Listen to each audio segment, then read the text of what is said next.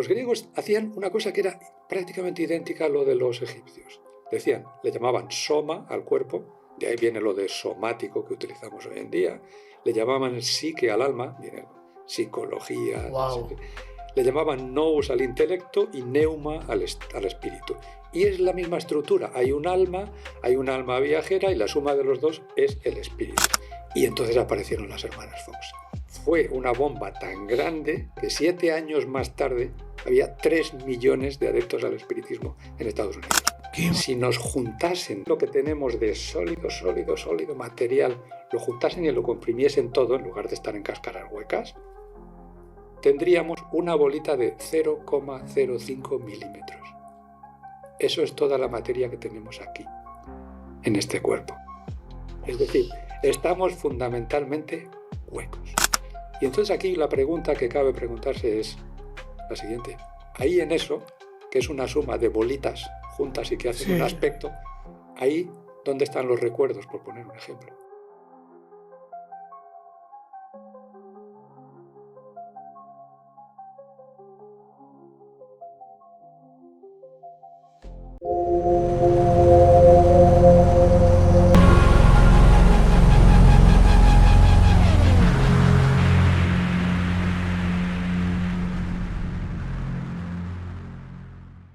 Juan Carlos Rodríguez, alias Farramuntana, ya la he liado, como siempre, amigos. Siempre me pasa algo. Soy testigo. Nada, que llevamos un poco hablando y no se ha grabado, pero no importa. Hoy nos acompaña el amigo Juan Carlos Rodríguez Farramuntana, alias Farramuntana, como he dicho, y es que el tema que vamos a tratar hoy, que es el espiritismo, a él le llega de una manera muy interesante. Bueno, todo el mundo tiene una historia, ¿no? Todo el mundo tiene un recorrido y él, a través de ciertos estudios que realizó, pues llegó a Santiago de Rosiñol y por ende el espiritismo. Pero bueno, Juan Carlos, discúlpame, pero de nuevo, dile a la audiencia, por favor, de dónde nace, ¿no?, todo esto. Bueno, me presento brevemente y además como tengo rodaje porque lo acabo de hacer, pues ya me saldrá fácil. Me llamo Juan Carlos Rodríguez Esteban, alias Farramuntana. Este alias es mi seudónimo como escritor. Tengo 9 libros publicados y la mayoría como Farramuntana. Mi formación es como científico. Tengo un doctorado en química por la Universidad de Barcelona y he trabajado pues 40 años en la industria química. Eso de la industria química ha sucedido en varias empresas, en varios países. He trabajado en Argelia, ya me has preguntado antes. Sí, es un país maravilloso que vale la pena. La audiencia debe estar flipando. Pero... que vale la pena visitar y sobre todo pasar alguna noche en el desierto es incomparable. Sí, eso es algo que tengo pendiente. Tienes que hacerlo, vale mucho la pena. He trabajado en Francia 4 años, he pasado temporadas largas en Alemania, en Estados Unidos, y todo eso constituye lo que podríamos llamar la profesión. Y como Rusiñol decía, luego llegaremos a Rusiñol, él distinguía entre la profesión y la devoción. Y mi devoción son las letras.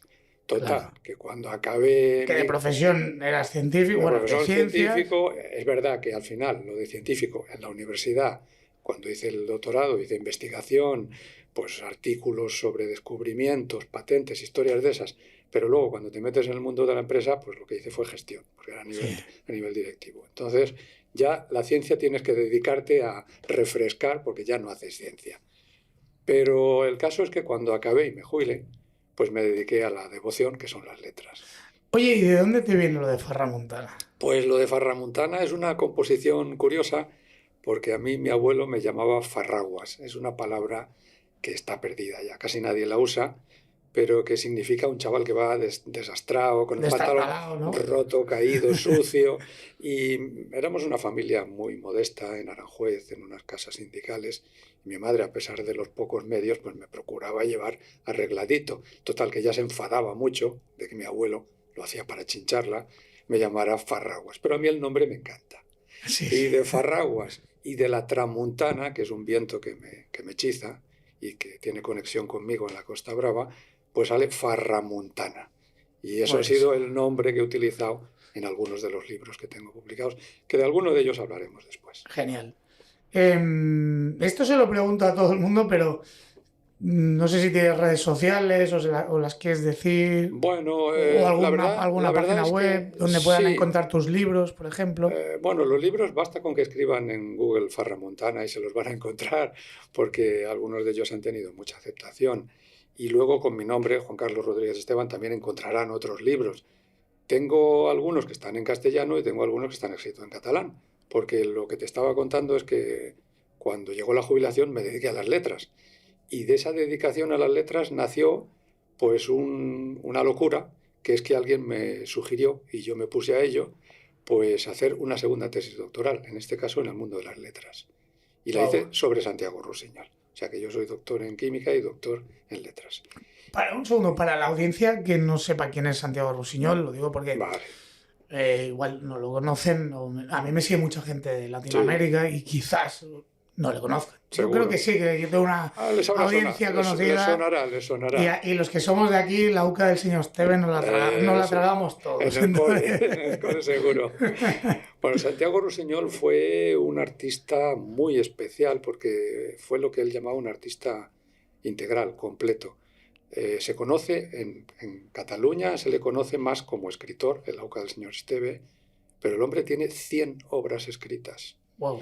En el resto de España se le conoce más como pintor y tiene 1000 cuadros pintados. Wow. Además de la pintura y de la escritura, pues el hombre era coleccionista, tiene un museo en Sitges, el Cau Ferrat, que lo legó a la ciudad, que es fantástico, se pueden ver ahí unas piezas maravillosas, y era escritor también periodístico. Y tiene pues Sí, escribían una revista. en la Pues en una Esquella de la revista. Torracha, que es de lo que yo saqué la tesis doctoral, Qué de sus bueno. 1000 escritos en la Esquella de la Torracha, Wow. que me los estudié, los analicé, los destripé y saqué de ahí cómo era él a través de cómo él se contaba a sí mismo. Entonces, Santiago Rusiñol es un artista de finales del siglo XIX, primeros del siglo XX, y es un artista completo. En realidad se le consideró la cabeza del modernismo, el modernismo, que Correcto, el una corriente artística en aquella época. Él era el líder, de alguna forma. Wow, sí, digamos el buque insignia, ¿no? Como Exacto, dentro. exacto. Muy bien, entonces, ya sabiendo un poco, poniéndonos en situación de quién era Santiago Rusiñol, el punto interesante que nos lleva a nuestra charla y por lo tanto al nicho de este nuestro canal es el espiritismo, ¿no? ¿Cómo hemos llegado aquí? Claro, es el espiritismo. ¿Y cómo o sea, yo siento ya ahora ya curiosidad. ¿En qué puntos tocaba Santiago Rusiñol? O sea, ¿cómo le llega a Pues este señor? mira, la relación de él con el espiritismo es relativamente sencilla. Y yo la descubrí leyendo sus escritos. Entonces, al leer sus escritos me di cuenta que había una cierta relación. Él, como se fue a París, él se separó de la mujer, recién casado y con una niña recién nacida, hizo aquello de me voy a comprar tabaco y se fue a París. Luego se reconciliaron, y pasaron 30 y pico años juntos, pero hubo una ruptura y él se fue a París a hacer de bohemio con sus amigos artistas y a vivir en el París de la bohemia dorada. Entonces, en ese tiempo, en París, destacaban una serie de personas, que luego vamos a hablar de ellos, sobre todo Allan Kardec, que es el padre del espiritismo en Europa, en Francia, Buenísimo. Flammarion, que además era astrónomo, y Lombroso, que es un hombre que se dedicó al espiritismo y además a la ciencia de la delincuencia. O sea, una cosa... Es el tío que descubrió que determinadas formas de la cara estaban relacionadas con tendencias al delito. Dices? Sí. O sea, este tío es el inventor del CSI en el siglo XIX. Bueno. Yo igual no he hecho un estudio de esto ni de más, pero sí que quiero decir, y quitando estigmas y tal, yo, por mi profesión o porque he pasado mucho tiempo, en mi pasado fui policía o trabajé en puertas de discoteca, te puedo decir que hay perfiles que cumplen. Pues este hombre ya lo decía hace 100 y pico años. Sí, o sea, yo llegabas a un punto que decía, uy, el artista este... Vaya, y no fallabas, ¿eh? Es así. Pues mira, el caso es que Rusiñol, cuando estaba en París, tuvo que ver a alguno de estos personajes, porque estaban muy de moda, y si no, leer mucho sobre ellos. Y todos ellos eran espiritistas.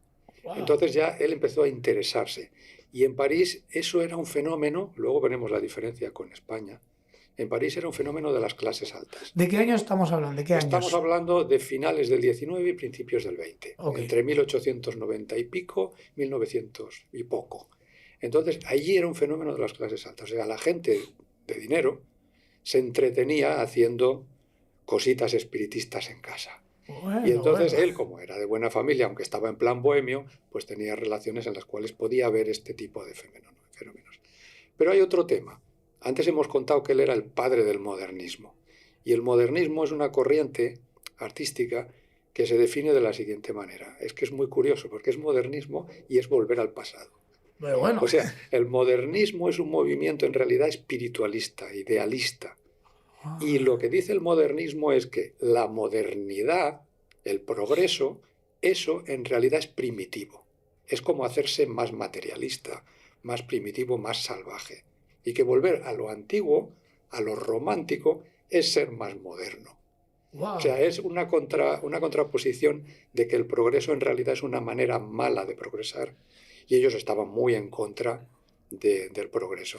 Entonces, ellos Yo me voy a morder la lengua, pero ahora el progresismo... Bueno, sí. En exacto. los días que corren podríamos llegar, está causando estragos. Podríamos llegar exactamente a la misma conclusión hoy. Con lo cual resulta que Santiago Rusiñol siempre está vigente.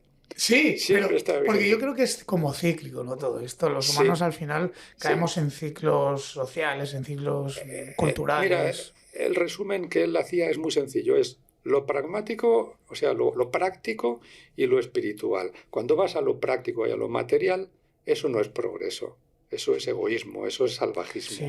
Y cuando vas a lo espiritual, estás progresando. O sea, ese era su concepto de un poco del modernismo. Entonces ya él tenía esa tendencia artísticamente a lo espiritual. Y su primera experiencia fue, y él lo describe, ahora lo vamos a contar con sus palabras, su primera experiencia es que vio unas actuaciones en Barcelona de una adivinadora que se llamaba Luisa Mariscal, en el 1908. Entonces los periódicos de la época lo anunciaban y decían los excepcionales experimentos científicos de la sonambulista Luisa Mariscal. Con sus experimentos científicos tenía un gran éxito esta señora, según parece, y él fue a verlo.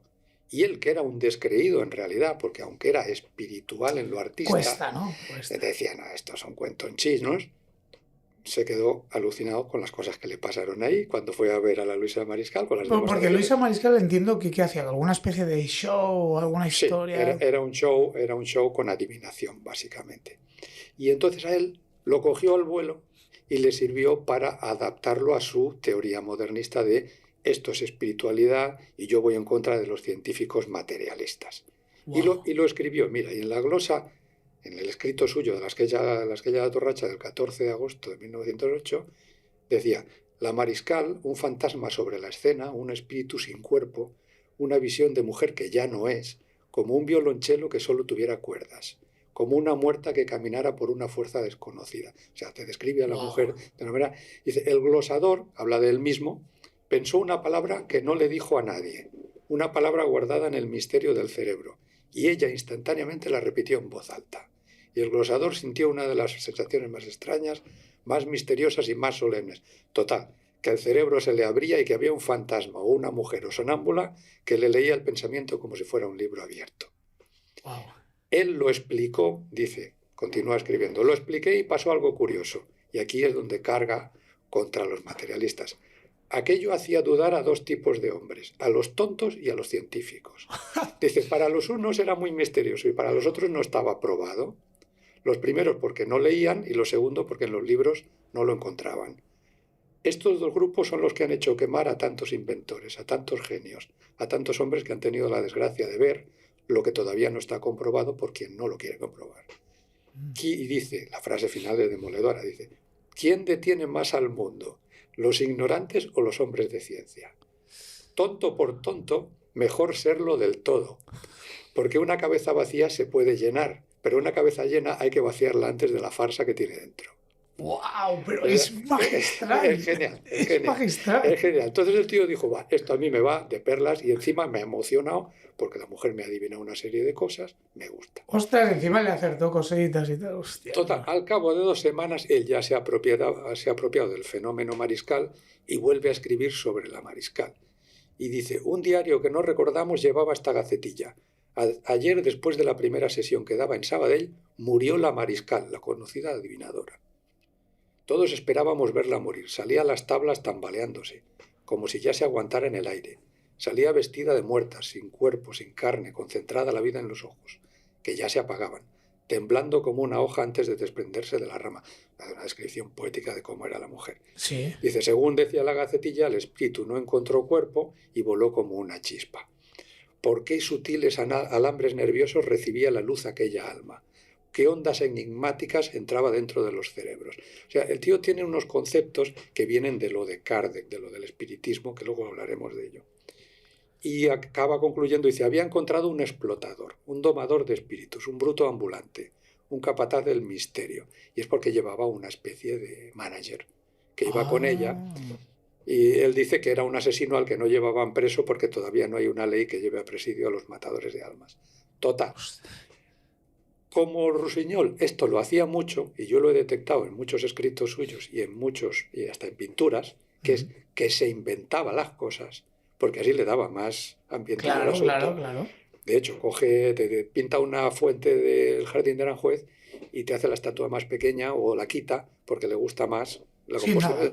Le añade unos jardines alrededor que no estaban y luego a gente que habla de ellos, de repente te los mata para darle interés al asunto y luego ves que están vivos. Y luego no se había muerto, claro. Cuando dice esto, yo me puse a buscar por todos los fondos documentales y un montón de años después todavía aparecían la Luisa Mariscal en Madrid actuando. Digo, este tío se lo ha inventado, evidentemente.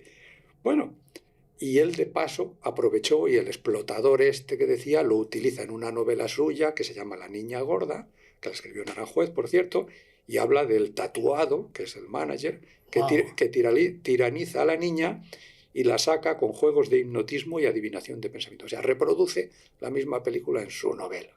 Bien, con todo esto yo me quedé tranquilo y dije, mira, ha visto una exhibición y luego la ha aprovechado y se ha inventado. Sí, le ha dado su arte. Pero me fui a buscar en los periódicos de la época y veo que en 1911, 3 años más tarde de que él la había matado, pues estaba actuando en Madrid en la redacción de un diario, esta mujer, haciendo una demostración con el profesor Balak. O sea, este era el manager, el profesor Balak. Y ella explicaba, la mariscal, de adolescente solía ser víctima de violentas crisis histéricas. Esta paz actual me dura mientras trabajo. Cuando paso 2 días sin hacer experimentos, recaigo bruscamente y me veo cerca de la locura. Y luego explica, la mariscal, que tenía una hermana, víctima de los mismos sufrimientos que ella, que murió trágicamente en Sabadell, porque se dedicaba a hacer los mismos experimentos y un día de descanso, presa de un acceso violento durante el sueño, se tiró por un balcón.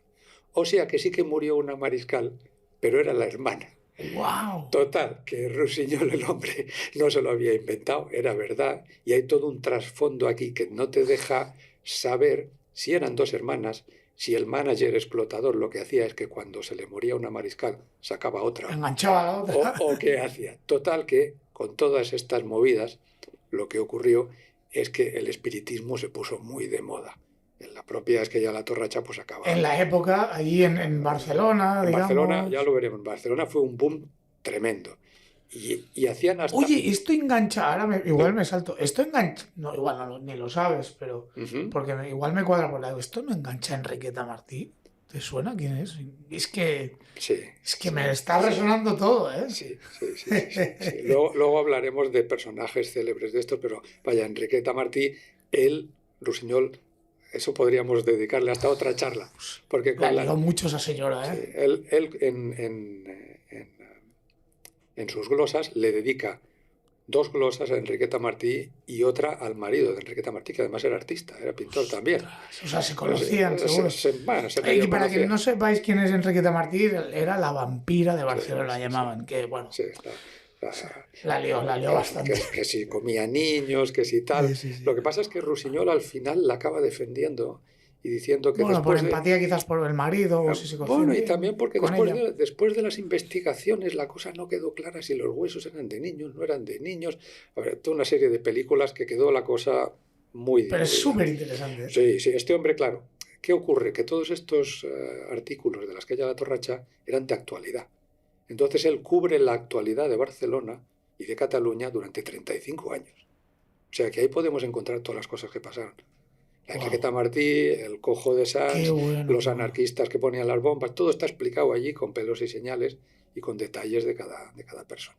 Pero vamos a volver Sí, sí, al volvemos espiritismo. a lo que nos Entonces, interesa. la siguiente vez que él le da por escribir de esto, que esta es muy divertida, es en 1926, ya han pasado muchísimos años.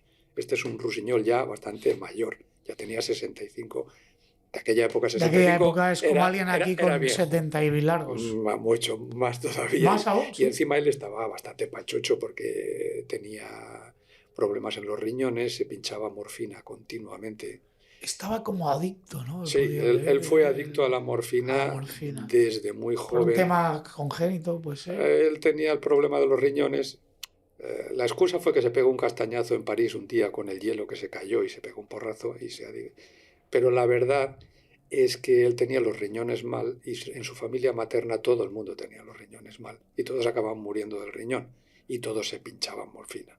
Entonces él se pinchaba morfina también. Wow. Pero bueno, todo eso es un descubrimiento relativamente nuevo que he hecho yo y que está por publicar en la revista de genealogía, pero ya volveremos a eso algún día. Vamos a este escrito. Entonces en este escrito resulta que el hombre se encuentra con otra vidente en Italia. Estaba Rusiñol en Italia. Y dice, esta mujer, la vidente, la condesa Aurelia, que era famosísima en Italia, según parece, había adivinado con un año de anticipación la muerte del Shah de Persia, la revolución de la Chiara, la entrada de Italia en la Gran Guerra, la retirada del Caporetto, la muerte del emperador de Austria, la revolución bolchevique, lo de la guerra mundial, los 14 puntos de Wilson, el fascismo, Mussolini, todo lo que había pasado en aquellos años lo había adivinado la mujer. Y dice de broma, y si no adivinó nada de España, es porque en España no hay sibila, que era una famosa divina, que por muy sibila que sea pueda saber una palabra. Dice, nos dijo que años atrás en París Alfonso XIII la había ido a consultar por una enfermedad de la oreja y como ella le había dicho que no era grave, le había regalado una medalla que guardaba en gran estima. Dijo que en España, todo esto conversando con Rusiñol, el próximo año surgiría un Bernardo del Carpio que no sabemos si es Melquiades Álvarez y un Cid que puede ser Romanones. Aquí esta mujer estaba adivinando, porque es lo que ocurrió, la dictadura de Primo de Rivera. Wow. Justamente, pero claro, la mujer... Y esto años antes, o sea, esto un año antes. Era una charla que tuvo con Santiago Rusiñol, él lo postea, lo publica. Lo posteó en la época, sí. Sí, bueno, y luego, bueno, nadie lo analizó de todas maneras, pero coincidió con eso. Wow. Y le dijo al final, cuando nos despedimos me clavó esta sentencia sustanciosa. Usted vivirá 90 años, le dijo a Rusiñol. Y Rusiñol desde aquel día se pasaba el tiempo siempre diciendo a la gente, cuando decía, ¿Cómo estás de salud? Dice, no os preocupéis, yo voy a vivir 90 años. El pobre hombre se murió a los 70, pero él estaba convencido de que viviría 90 años.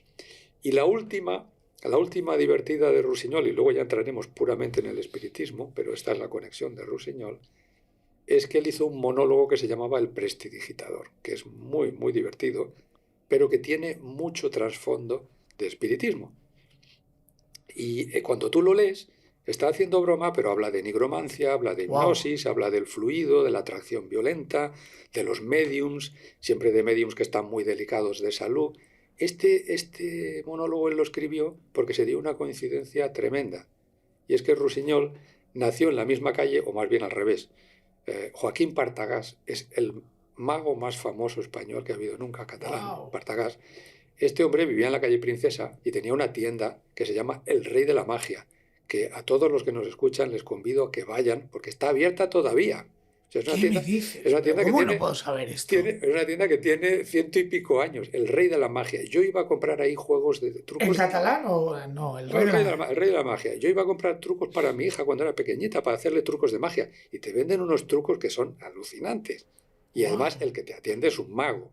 Entonces, esto lo fundó Joaquín Partagás. Y este Joaquín Partagás, que lo conocía Rusiñol, encima publicó un libro que se llamaba El Prestidigitador Optimus o Magia Espectral. Y ahí explicaba sus trucos. Claro, esto lo publicó la misma editorial que le publicaba a Rusiñol. Con lo cual Rusiñol vio aquello, dijo, pues voy a hacer un monólogo, etcétera, etcétera.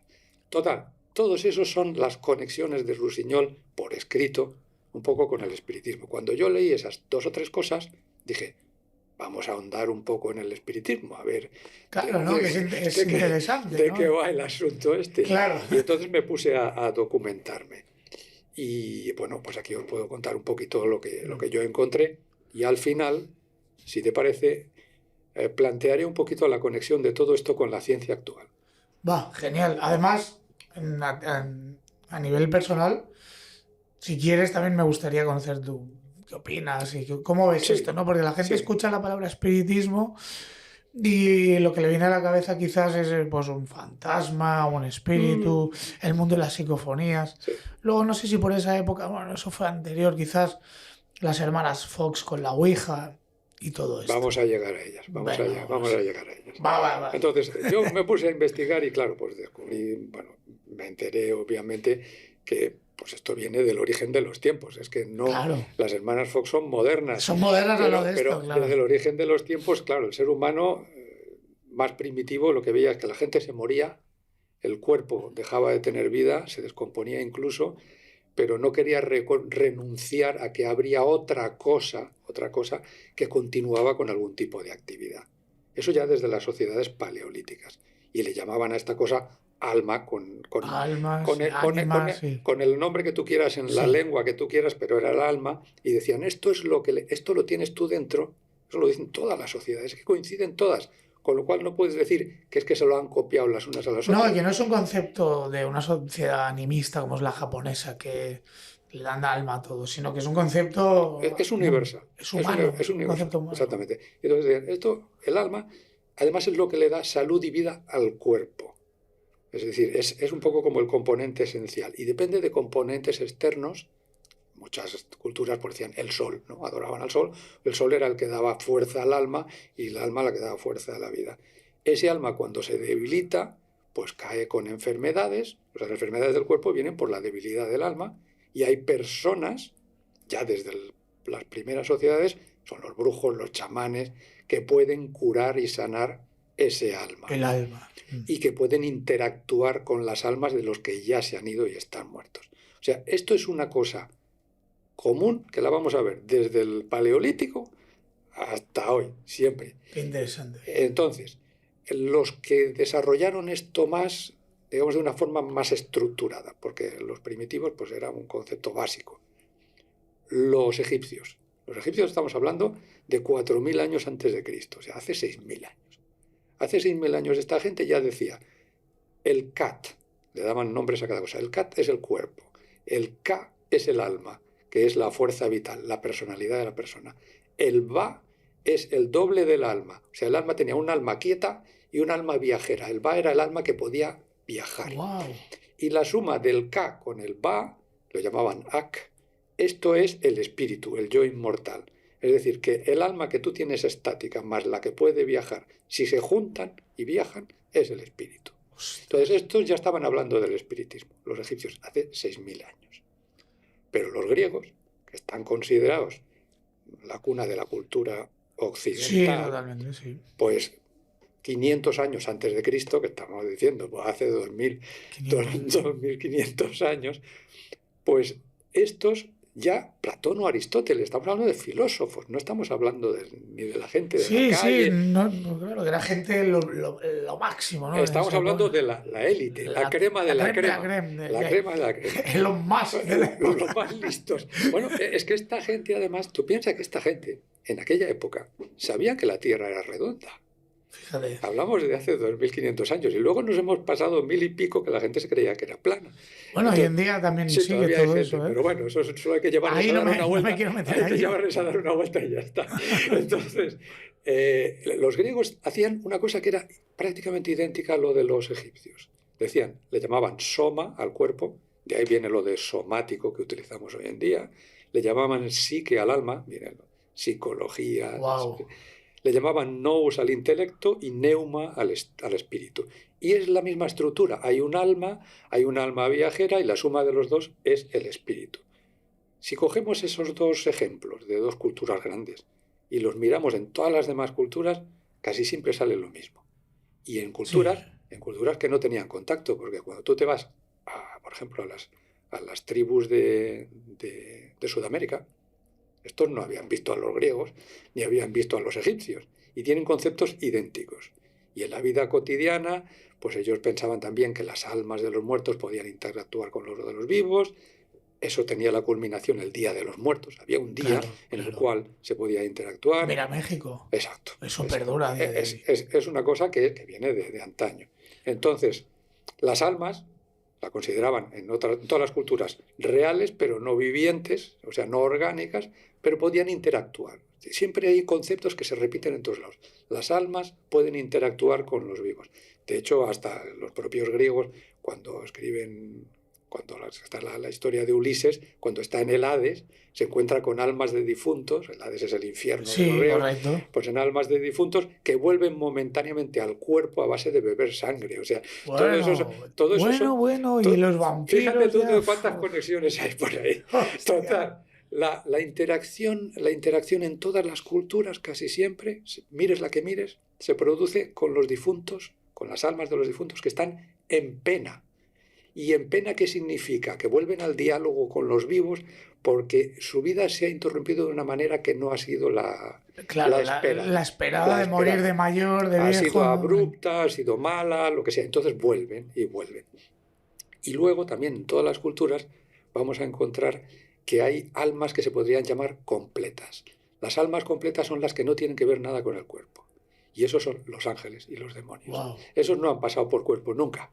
Son almas desde el principio, solo almas. Claro, son como almas con más poder, se puede llamar como más completas. Bueno, más completas. Más completas. Pues todo eso lo vemos en infinidad de culturas. Si nos venimos a Occidente, ¿qué es lo que ha ocurrido? Pues que en un cierto momento el cristianismo, el catolicismo, se apropió de todo esto y dijo, esto funciona muy bien lo de los espíritus, vamos a usarlo nosotros. Al margen de lo que pueda tener bueno de trasfondo y de significado el cristianismo. Si haces un análisis al Islam, al judaísmo, hablamos de la Iglesia, igual. Hablamos de la Iglesia, es decir, de la entidad. La entidad dijo, esto lo podemos utilizar y entonces vamos a centrar la interacción con los espíritus a través de un interlocutor, el chamán, que va a ser el sacerdote. Y el sacerdote es el que se ocupa. Los santos. Las personas no tienen que hacer nada, es el sacerdote el que lo hace. Y de las personas, las que se vuelvan un poco heterodoxas y les dé por mear fuera de tiestos, vamos a poner la Inquisición para arreglarles. Para que se relajen un poquito. Y si no, al candelo de Satán. Exacto. Y solamente en algunos casos muy particulares vamos a aceptar excepciones, que son los místicos.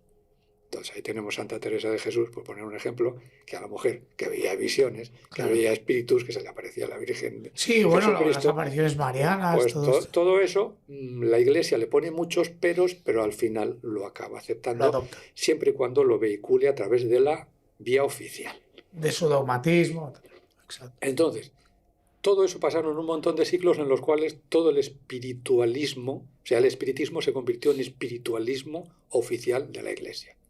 Hasta que llegó en el siglo XVIII un señor sueco que se llamaba Swedenborg, y este, por cierto, era católico, pero que este era científico y filósofo, te tengo aquí apuntado, era experto en matemáticas, geología, química, física, mineralogía, astronomía, anatomía, biología y psiquiatría. Bueno, era una navaja suiza del conocimiento. Este hombre era terrible. Pues un día empezó a tener visiones.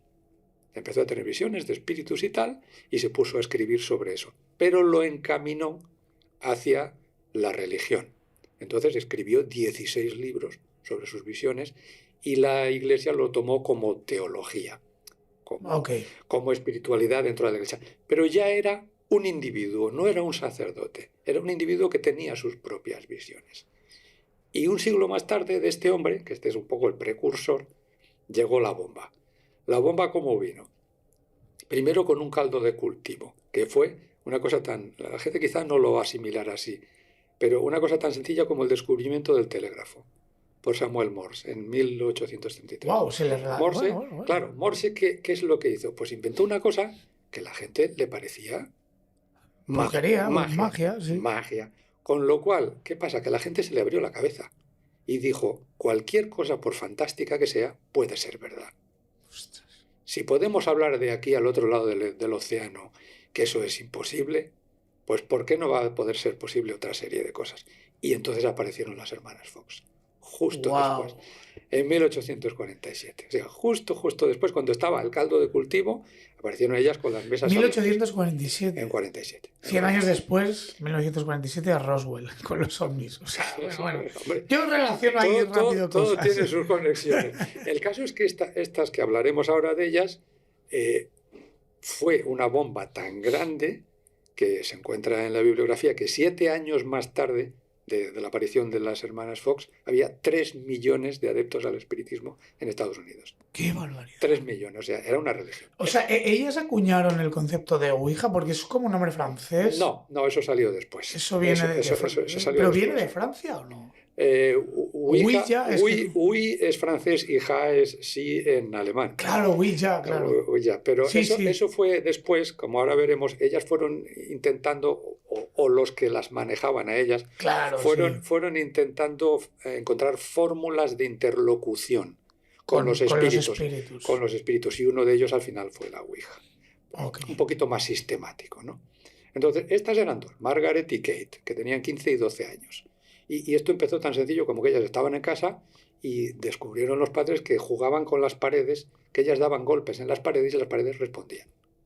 O sea, ellas daban 3 y la pared respondía cloc, cloc, cloc, otros 3. Y total, al final, ellas jugaban, incluso le preguntaban a la pared ¿cuántos años tiene mi hermana? Y daban 12 golpes. Wow. O sea, empezaban a hacer un diálogo con las paredes. Establecieron un código de sí-no. Sí, un golpe, no. Total.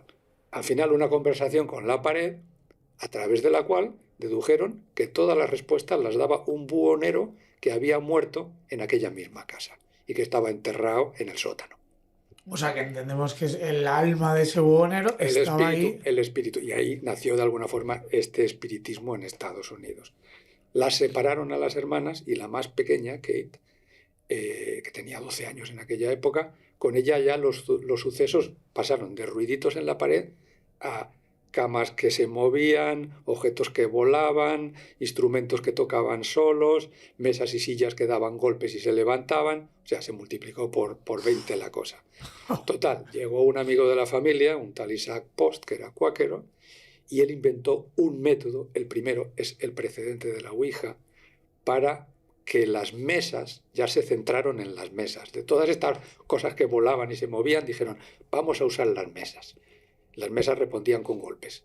Pues para que las mesas explicaran cosas, él decía el alfabeto y cuando la mesa golpeaba, esa letra que acababa de decir, la apuntaban. Iban apuntando letras. Esto es básicamente lo mismo de la Ouija. Claro. Yo entiendo que es una precuela de la Ouija, exacto, ¿no? Pero claro, el tío tenía que estar a veces de... Era muy lento. Entonces, claro. Bueno, total, que con esto, ¿qué es lo que ocurrió? Porque se quedó abierta la posibilidad de comunicarse con familiares, con seres fallecidos, cosa que la religión no te ofrecía. Claro, es que esto era algo brutal. La gente dijo, esto es interesantísimo. Y sobre todo, más que brutal, muy esperanzador, ¿no? Exacto. Y además se convertía en una experiencia privada, es decir, tú lo podías hacer en casa sin que nadie se enterase. Y todo el mundo, si tenía un cierto poder, podía hacer de medium. Que no todo el mundo podía ser medium, pero potencialmente sí. Entonces, todo eso ocurrió en Estados Unidos. En un transcurso de nada, de pocos años, ni 10 años, pasó al otro lado del océano el tsunami y llegó a Francia en primer lugar. Y ahí estaba este que hemos hablado antes, Allan Kardec. Ok, que fue el señor que coincidió con Santiago Rossi. Este es el padre del espiritismo en Francia.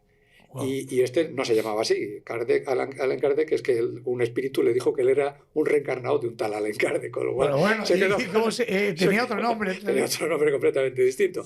Entonces, y Flammarion empezaron a divulgar muchísimo el espiritismo en Francia.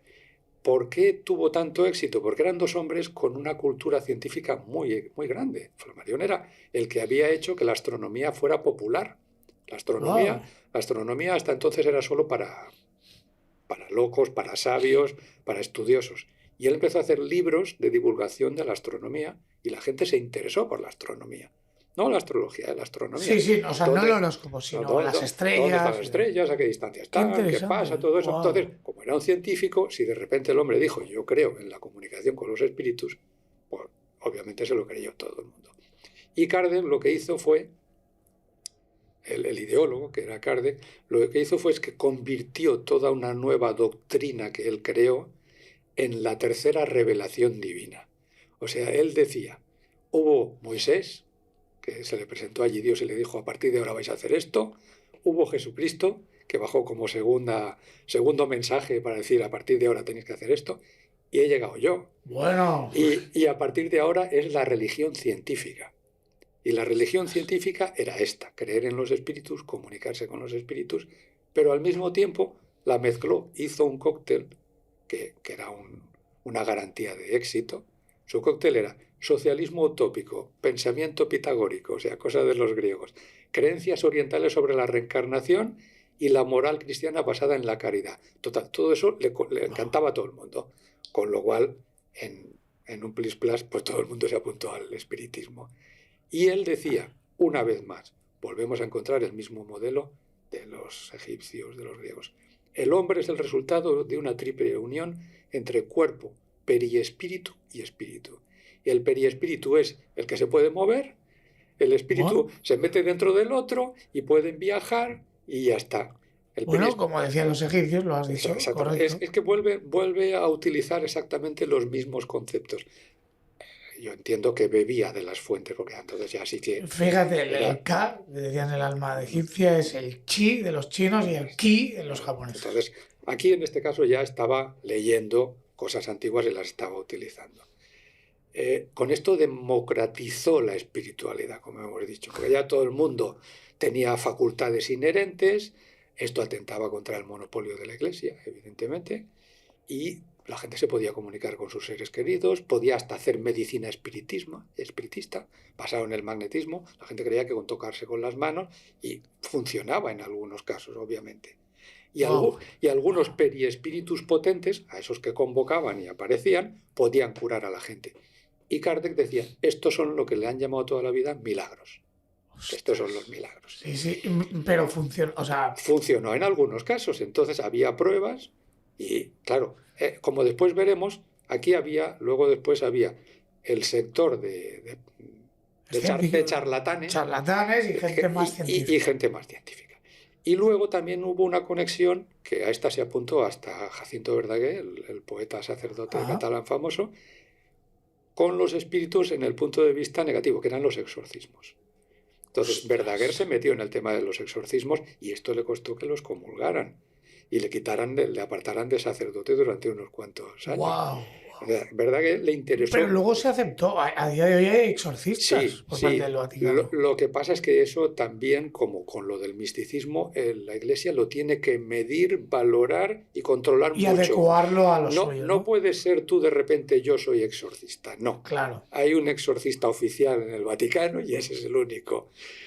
Entonces, todo esto que hemos estado hablando ha sido Francia. Pasó de Estados Unidos a Francia, se convirtió en un boom.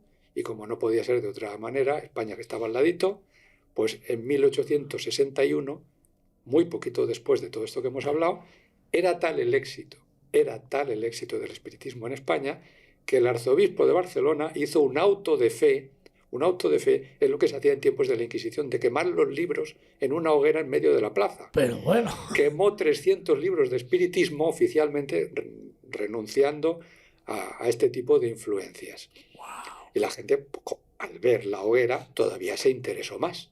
Claro, es como le dices a un chiquillo, no toques eso. Y a la que te vas, yo la cojo. Le hizo una propaganda al espiritismo tremenda. Y no solo eso, es que no hacía falta que la hiciera. Porque los otros poderes, que eran el político y el monárquico, estaban a favor. Los reyes hacían sesiones espiritistas, la monarquía. Y Primo de Rivera era el presidente de una asociación espiritista. Un hombre tan cuadrado como él era presidente de una asociación espiritista en Sevilla. Bueno, a ver, el brazo de Santa Teresa de Jesús de Franco, ¿qué pasa aquí? Bueno, pues... que tenía el guantelete de Thanos. Hay que creer en todo. Claro. Total, Barcelona se convirtió en la capital espiritista de Europa. Wow, y sobre todo porque, como te he dicho antes, un poquito, el espiritismo en Francia estaba en las clases altas. En España cuajó en las clases bajas. Los anarquistas... Qué interesante, ¿no? Los anarquistas dijeron, es que esta filosofía es por la caridad, por la equiparación de los seres humanos, por tal. A nosotros nos interesa. que se extendió tremendo. Salía una revista que se llamaba Luz y Unión, que se editaba en Barcelona. Y fíjate que los fundamentos que predicaban, entre ellos estaban la redención social, con lo cual estaban haciendo una propaganda realmente política también, al Correcto. mismo tiempo. Y una tal Amalia Domingo Soler, que escribía en esta revista y fue la espiritista más famosa en Barcelona, esta mujer era feminista a la vez y al mismo tiempo que predicaba el espiritismo, predicaba política, feminismo, liberación de las estamos clases. hablando del 1860, 70, estamos hablando de finales del siglo XIX. Fíjate, ya había movimientos ahí feministas. Sí, increíble, sí. Sí, las primeras mujeres luchadoras. Qué bueno. Y en 1888, todavía no hemos acabado el siglo XIX, hubo el primer Congreso Internacional Espiritista en Barcelona. O sea, todos los espiritistas del mundo se juntaron en Barcelona. Bien, todo esto, de alguna forma, luego, ya me anticipo un poco, ¿cómo se acabaría? Pues con la guerra civil. Sí. La guerra civil lo que hace es que cuando tú tienes un desastre tan grande y una tragedia tan tremenda, la gente se olvida de todas las demás cosas. Sí, no, hay que comer y sobrevivir. Y luego después ya la iglesia coge las riendas y se acabó. Bien, pues en Barcelona se hizo una cosa muy curiosa también, que fue intentar validar oficialmente el espiritismo por un científico catalán. Entonces, igual que habían hecho que en Francia los que habían sacado el espiritismo eran científicos, aquí cogieron a un tal Comas y Solà, que es famoso, era un astrónomo, y le dijeron, bueno, tú, a ver cómo puedes validar esto del espiritismo. Como él era admirador de Flammarion, el de Francia, porque también era astrónomo, correcto. Los dos astrónomos, pues dijo, pues yo me presto, vamos a hacer un laboratorio espiritista. Pero bueno. Pusieron un laboratorio, pusieron allí unas cuantas mediums y las estuvieron haciendo pruebas y probando y verificando y haciendo que demostrasen sus habilidades. Comas y Solà al final llegó a una conclusión interesantísima. Dijo, no es verdad que todos estos fenómenos sean la acción de los espíritus. Esto es fraude y superchería. O sea, él dijo, espíritus no son. Pero he constatado una serie de fenómenos extraños que no están causados por los espíritus, sino por fuerzas naturales que la ciencia no es capaz de explicar. Porque habían visto en las pruebas algunas cosas que él no era capaz de explicarlas. Wow. Como por ejemplo, pues no sé, en un cajón esconder una hoja de papel y que luego abras el cajón y la hoja de papel tenga una pisada encima. Entonces, o sea, él hacía experimentos estilo para comprobar exacto, que había conexión con esas almas o... Él tenía un medium, como estamos tú y yo aquí, y al medium Oye, pues predice no sé qué. haz esto, haz tal cosa, o haz que aparezca el espíritu, haz que mueva la mesa. Y algunas cosas, pues él dijo, nah, es que esto está haciendo truco, y otras no sabía explicarlas.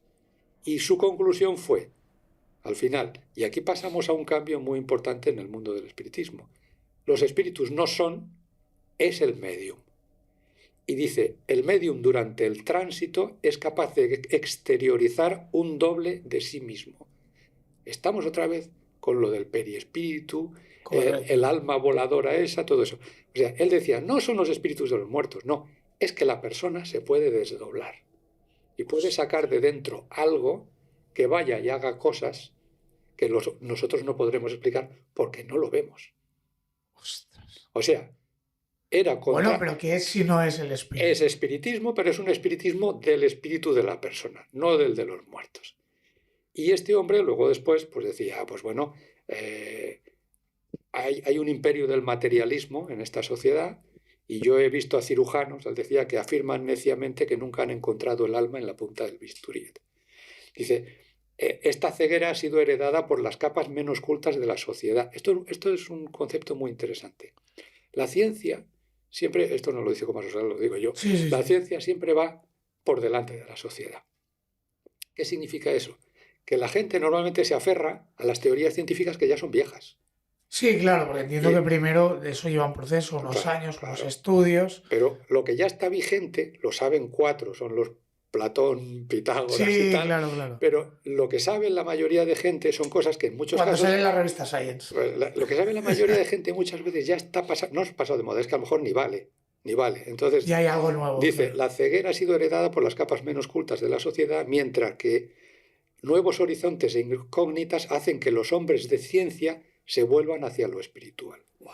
Entonces, había una tendencia entre los científicos, entre los intelectuales, a considerar esto como algo serio. Pero no ya son los muertos que vuelven, sino es el espíritu de la persona que puede hacer cosas. Y por esto se interesaron Pérez Galdós, Clarín, Emilia Pardo Bazán, Unamuno, Verdaguer. Wow. Todos estos estuvieron metidos en este tipo de cosas y les interesaba todo esto que era se puso muy de moda, el hipnotismo. Porque el hipnotismo era una forma de sacar ese otro yo de la persona para afuera. Qué bueno. Ostras, el hipnotismo es algo muy interesante. Yo he entrevistado a algún hipnólogo y no sé hasta qué punto, o sea, ¿has leído sobre hipnotismo, sabes? Un poco, sí. Es algo muy interesante, no sé, es como Mucho. Lo que pasa es que controlar la mente de otra persona. vamos a llegar a ello también y luego veremos otros científicos que eso lo vehiculan de otra manera. Estos de momento decían, bueno, esto tiene que ver con un desdoblamiento. Y para que te hagas una idea de hasta qué punto en aquella época ya no eran los espíritus de los muertos, pero eran los espíritus de los vivos, y el espiritismo estaba todavía muy de moda y muy potente, en las Cortes de la Primera República de 1873, 5 diputados espiritistas dijeron que el espiritismo tenía que ser materia obligatoria en la enseñanza. Pero se votó y no ganó, claro. Claro, pero pretendían ponerlo en las escuelas. Podían ponerlo en las escuelas, pretendían ponerlo en las escuelas.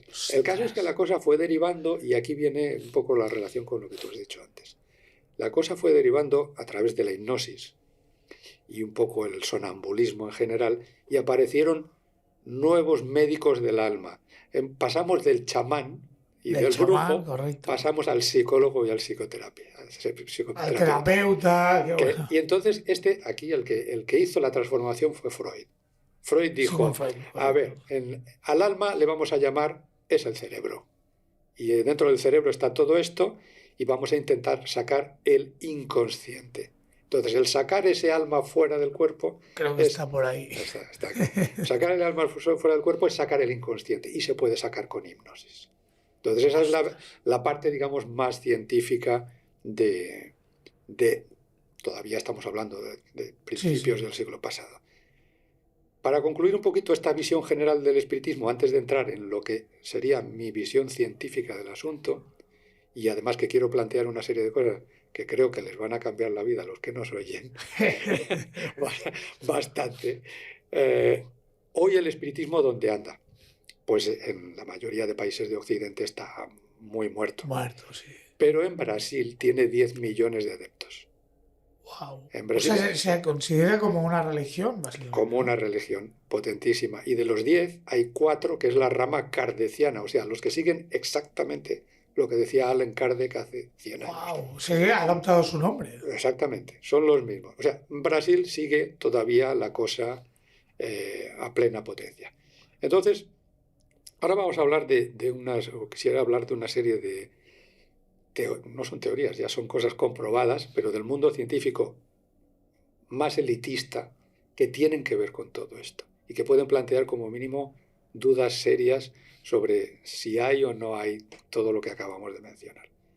Lo primero es que necesitamos una cura de humildad. Esto es una introducción, ¿no?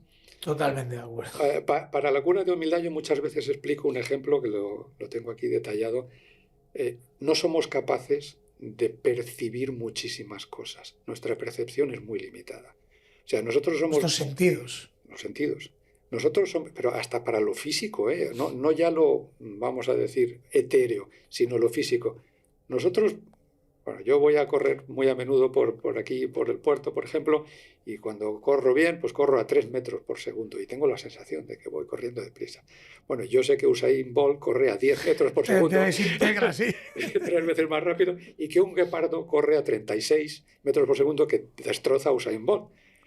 La Tierra, con nosotros encima, se está moviendo en el ecuador a 400 y pico metros por segundo. Esa velocidad nosotros no la percibimos. Y sin embargo vamos montados en el coche. Estamos montados en el coche.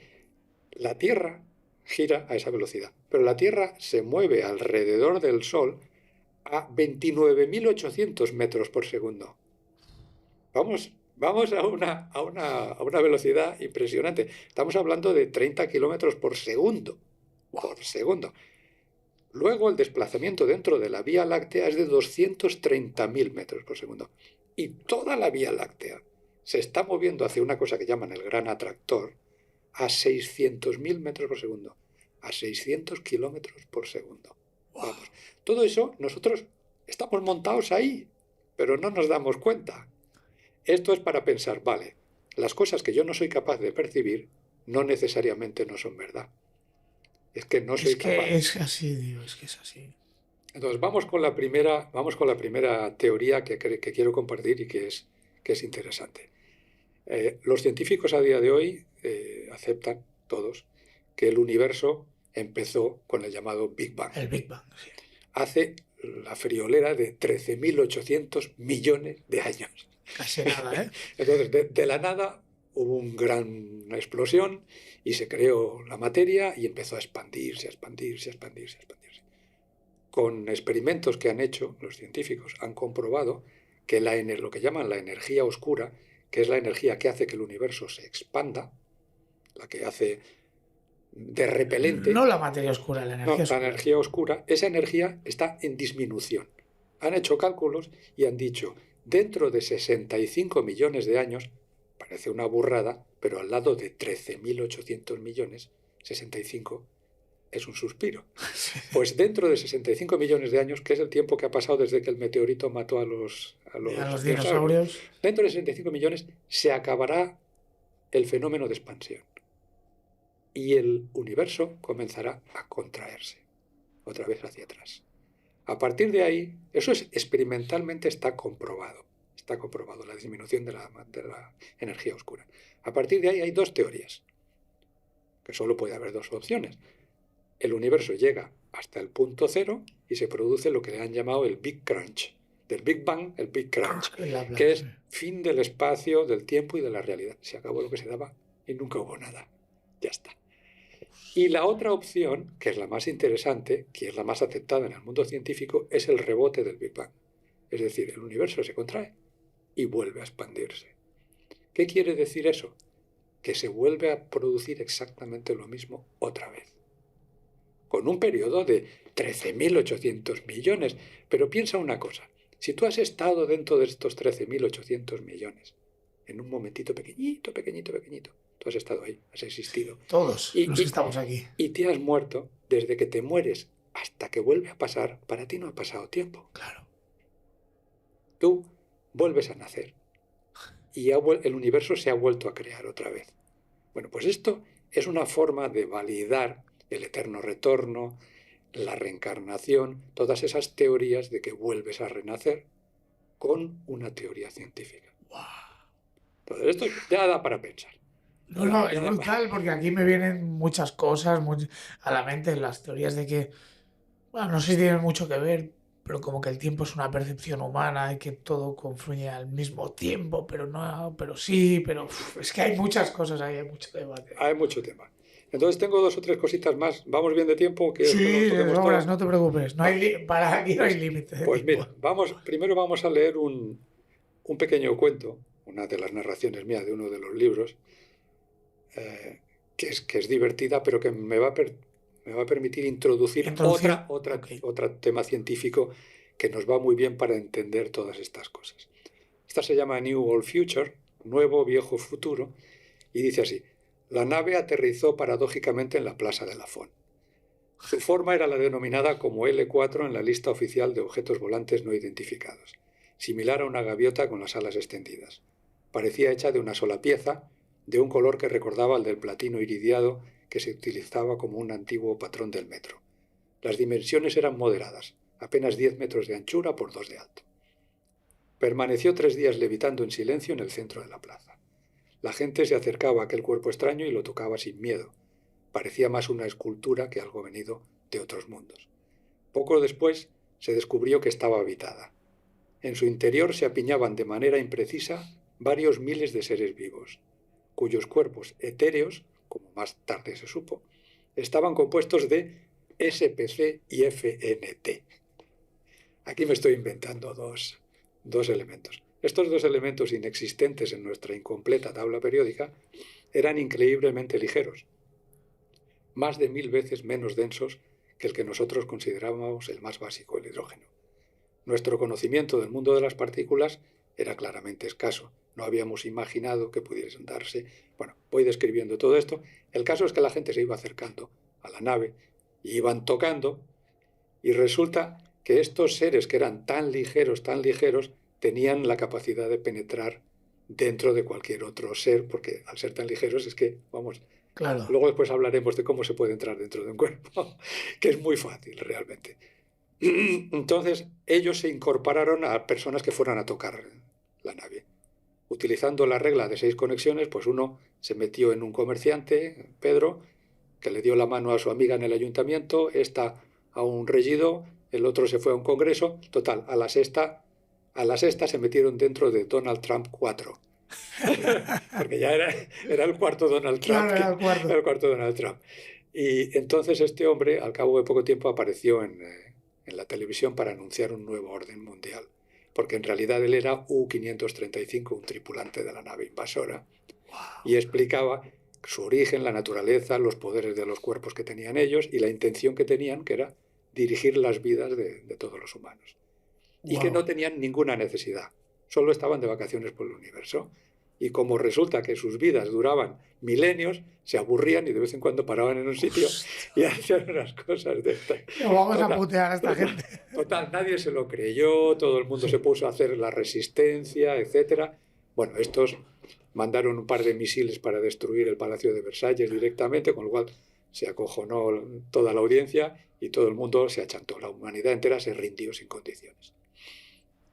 Entonces ellos instauraron un sistema medieval, se volvió al derecho de pernada. Bueno, el derecho. Bueno, la gente eran siervos, la esperanza de vida a los 40 años, Un desastre. Los niños se morían más de la mitad, etcétera, etcétera.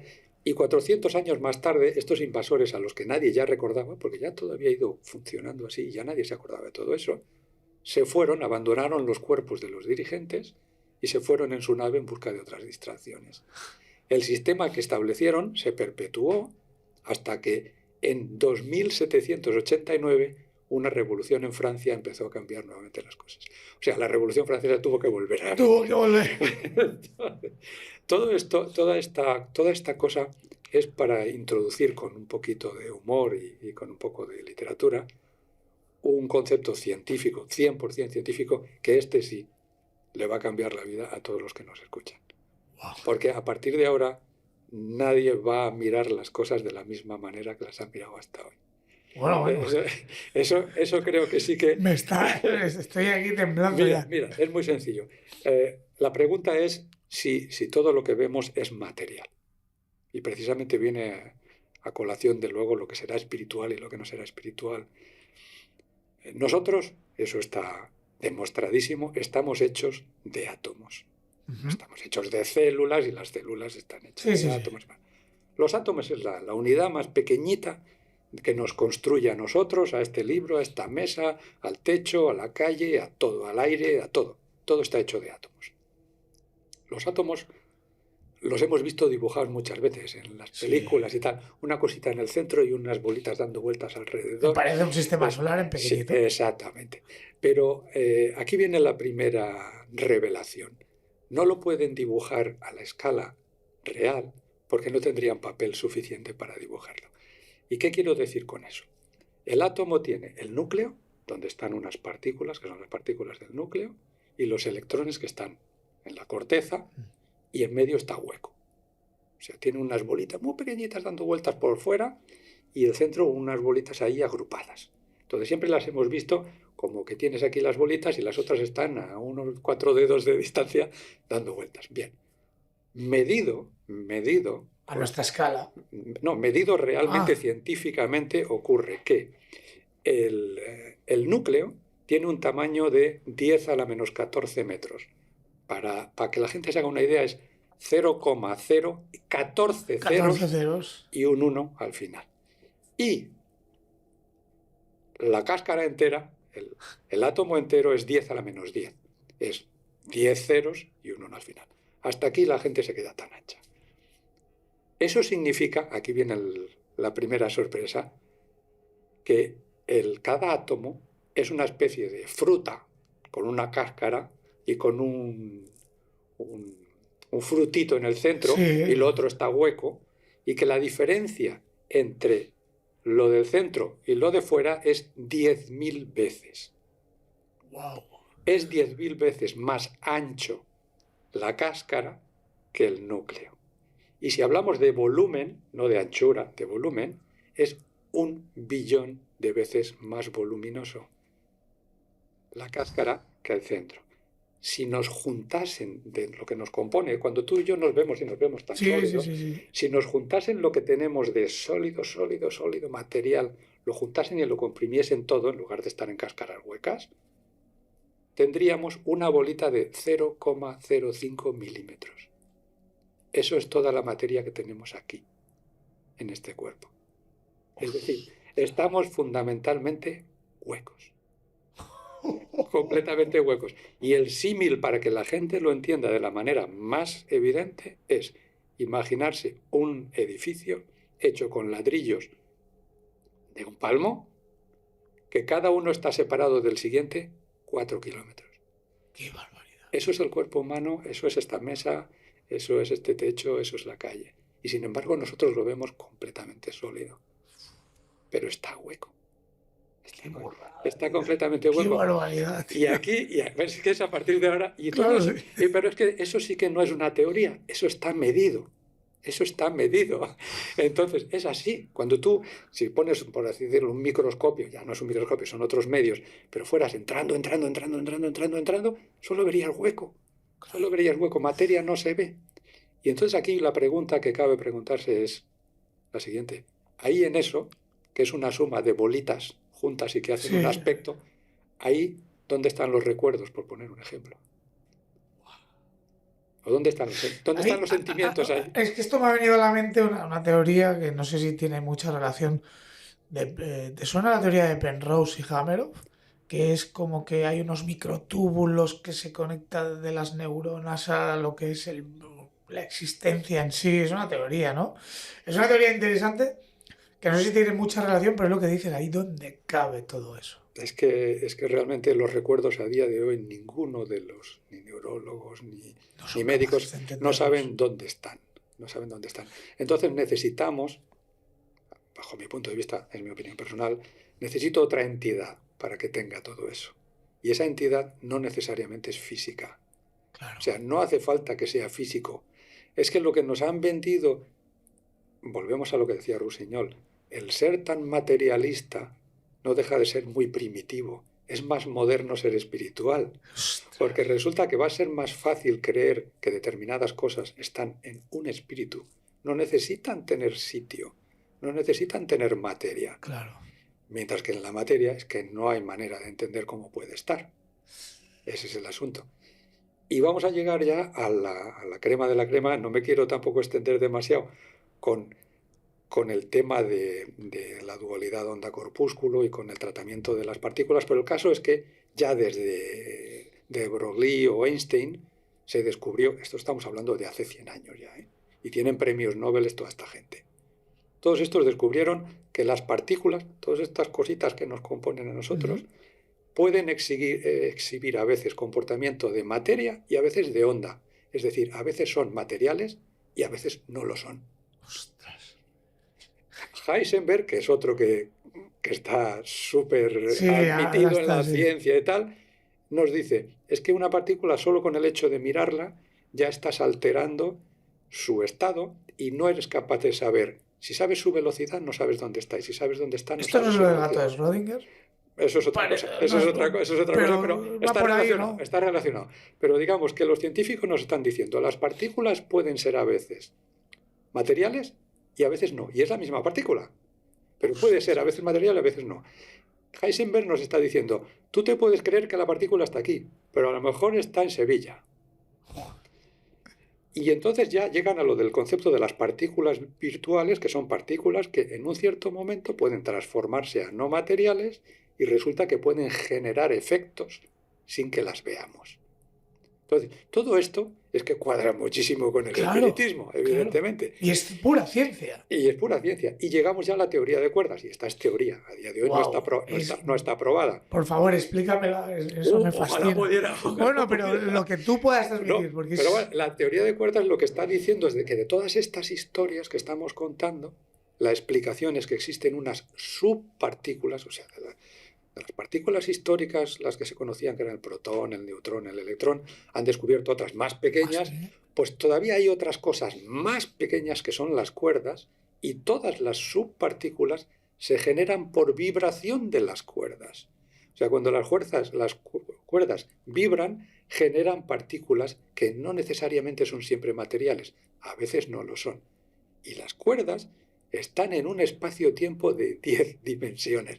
Eso ya a nosotros nos resulta... Pero claro, todo eso es matemática. Eso los científicos lo han demostrado con números. Pero intuitivamente, recuerda lo que te he contado antes, la velocidad a la que vamos nosotros corriendo y la velocidad a la que va la galaxia. No somos capaces de intuirlo, no podemos verlo. Y entonces llegamos a la parte final, que es ya el sumum de la conexión de la ciencia con el espiritismo. Aquí habría otra narración, que se llama Desdoblamiento, es otro relatillo mío. Dice, 19 de octubre del 2017. Son las 2 horas 35 minutos 9 segundos. Me dispongo a viajar por enésima vez al otro mundo. La novedad es que ahora ya lo hago de forma consciente. A mis dos mentes, la de aquí y la de allá, les gusta la manera en que ese lugar está organizado. El tiempo allí es verdaderamente lógico. Los minutos tienen 60 segundos, las horas 60 minutos, los días 60 horas. Así que equivalen a 2 días y medio de estos tan caprichosos de 24. Los meses 60 días y los años 60 meses. Todos 6. Una temporada se corresponde con casi 5 lustros de aquí. Una vida duraría 3 o 4 años en el mejor de los casos. Pero las cosas no son allí, en ese lugar no son así, porque la existencia se renueva con cada visita. Como habréis deducido, no todos los días son iguales en lo que se refiere a la luz, las estaciones siguen su curso independientemente de la cronometría, normal porque el hombre ha de medirse en relación a la naturaleza. Bueno, este universo que yo llamo 2 y el otro mundo que denomino 1, el tiempo vive en nosotros. Aunque esencial, esa no es la única diferencia. Sin ir más lejos, la gente es diferente, son más fluidos, más constantes, no existe el pecado universal de este mundo que es la envidia, cada cual tiene su luz única, no ansía la de los demás, en fin, aquí hay todo. Bueno, un mundo muy idílico, ¿no? Sí, entonces la gracia de todo es que voy explicando las maravillas de uno y seguiría explicando las maravillas de uno, pero debo retornar a 2. 2 es este, y 1 es ese al que me voy. Son las inevitables leyes de la física. Es mejor así. Las cosas buenas deben echarse de menos. He pasado en total algo más de un mes en 1. Apenas 13 millones de segundos. Pero he aprendido mucho, he sentido apasionadamente, he creado grandes cosas, he vivido de verdad. 19 de octubre del 2017. Son las 2 horas 35 minutos y 10 segundos. Aquí estoy de vuelta. Ha pasado un segundo. Yo he estado todo ese tiempo en el otro mundo.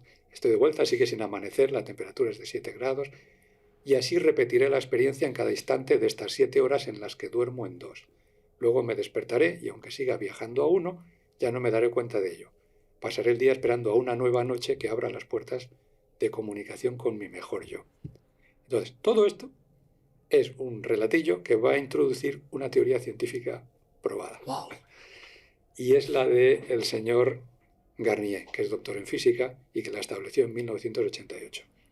Él dijo y estableció que se produce un desdoblamiento del espacio y del tiempo. Está demostrado con partículas. Y su conclusión es, si le aplica a las partículas, y nosotros somos partículas, nos aplica a nosotros también. Claro. Entonces él dice, bueno, según un ejemplo muy, muy sencillo o intuitivo, según la relatividad, contra más gravedad hay, contra más fuerte es la gravedad, más lentamente pasa el tiempo. Esto lo dice la teoría de la relatividad. En un agujero negro, los famosos agujeros negros que habla todo el mundo, el tiempo debe pasar. Como la gravedad tiende al infinito, el tiempo tiende a detenerse. Y dentro va a una velocidad lentísima. Si una partícula cae dentro del agujero, vista desde fuera desaparece, pero vista desde dentro se mueve muy lentamente. Se ha producido un desdoblamiento. La partícula ya no existe y sí existe. Dice, eso aplica a todo. Y nosotros tenemos también un doble cuántico, cada uno de nosotros, que se mueve en tiempos que son imperceptibles entre cada dos tiempos. Dice, el tiempo, el nuestro, el de aquí, se puede realmente dividir en trocitos chiquititos. Y entre cada dos trocitos chiquititos hay un infinito que puedes irte a otro Claro, sitio. claro, eso es lo que te decía del presente continuo. Es que es brutal.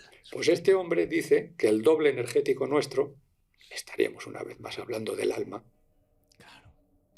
puede viajar durante el sueño paradójico, cuando estamos, sobre todo cuando estamos durmiendo por la noche, a otros tiempos, a otras dimensiones, donde lo que hace es que se crean escenarios potenciales de cosas que nosotros hemos pensado.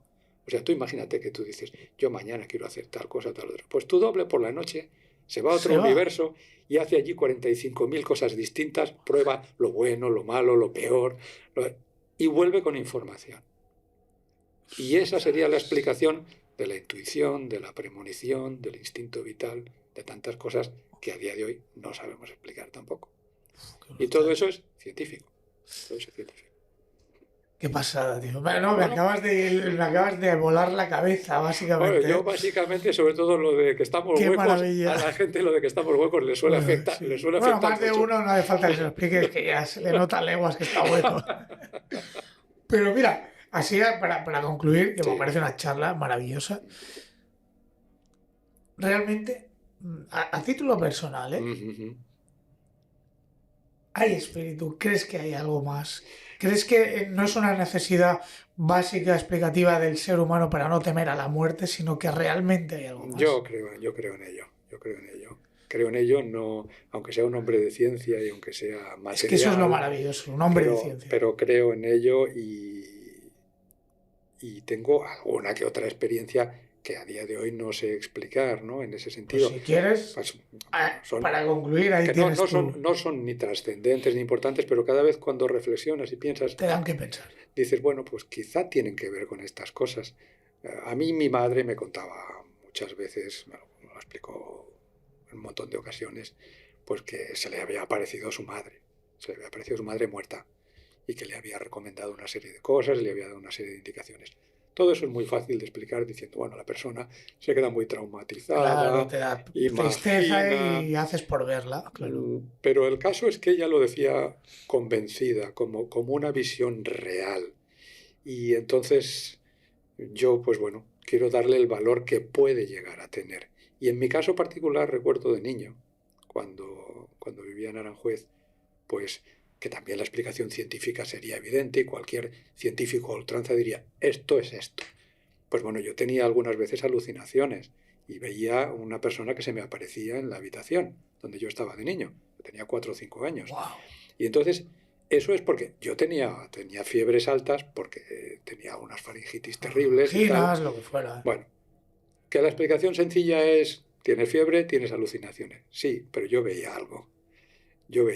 Y luego, al margen de eso, muchas veces he tenido sueños que han sido, ya sea más o menos premonitorios, pero sobre todo en algunos casos de una intensidad tan grande, porque la gran mayoría de gente tiene sueños que son pues sueños. Bueno, la mente descansa, y tal. Sí. Pero yo soy consciente de haber tenido algunos sueños en los que la intensidad física, táctil, terrible, a todos los niveles, es tan grande que realmente cuando te despiertas tienes dudas de dónde estás y si lo de antes es la verdad y esto no lo es, etc. Incluso en algunas ocasiones te quedas a caballo entre los dos mundos. A mí me ha pasado alguna vez de quedarme como entre el mundo del sueño y el mundo de la vigilia. Wow, ¿pero cómo es eso? Pues eso ocurre de que tú te das cuenta de que estás soñando. Por ejemplo, estás soñando y tienes una pesadilla. Y dices, bueno, pero esto es un sueño. O sea, en realidad ya estás en los dos mundos. Eres consciente. Porque estás soñando y dices, soy consciente.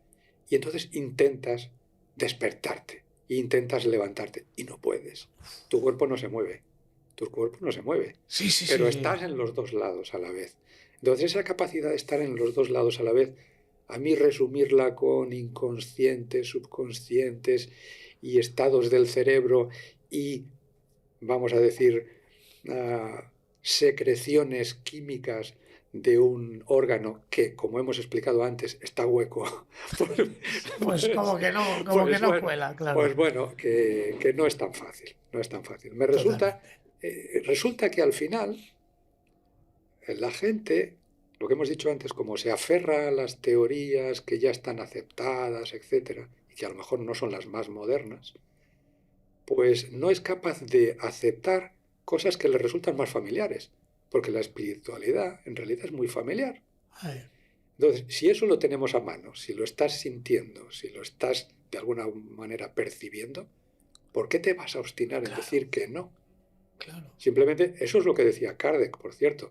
Alan Kardec, él no pretendía convencer a nadie, él decía, si tú lo sientes, tú déjate llevar, Déjate llevar. déjate llevar. Si no lo sientes, pues ya está, yo no te voy a convencer, si tú no lo sientes. Que viene a ser el mismo mensaje de las religiones.